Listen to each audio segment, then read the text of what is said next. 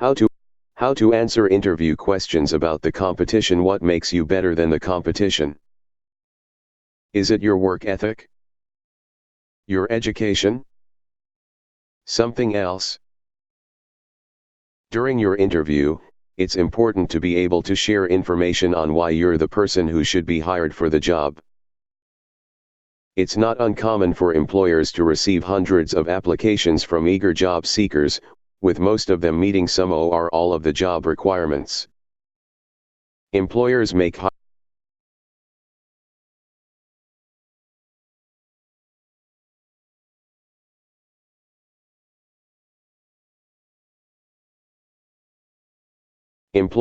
hiring decisions by comparing these various candidates.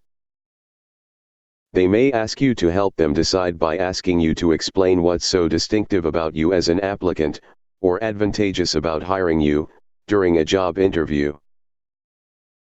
In most cases, you'll have no idea who you're competing with for a particular job, so this type of question is really an invitation to summarize your strengths as a candidate with an emphasis on any assets that might separate you from the typical applicant.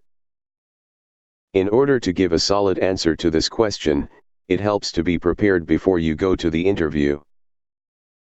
Start by analyzing the requirements for the job and decide which ones appear to be of the highest priority. You can find this information in the job description. Look for qualifications or job requirements. Reviewing this information will give you some cues about what the organization values most from candidates. Some of the qualifications will be mandatory for the job, and some may be suggested. Be sure to look at all of them.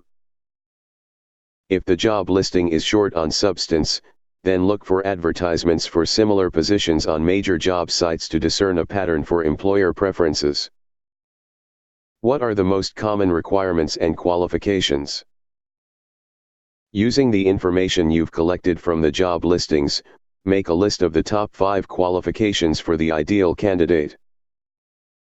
Review that list and try to think of how you've previously applied those skills, qualities, or areas of knowledge in your current or previous jobs, or other related positions.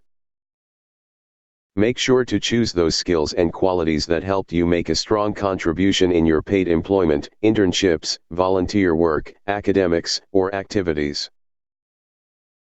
Be prepared to reference each of your assets and be able to describe situations where you used those strengths along with the positive results you helped generate. Or you can describe how your organization has benefited from your actions.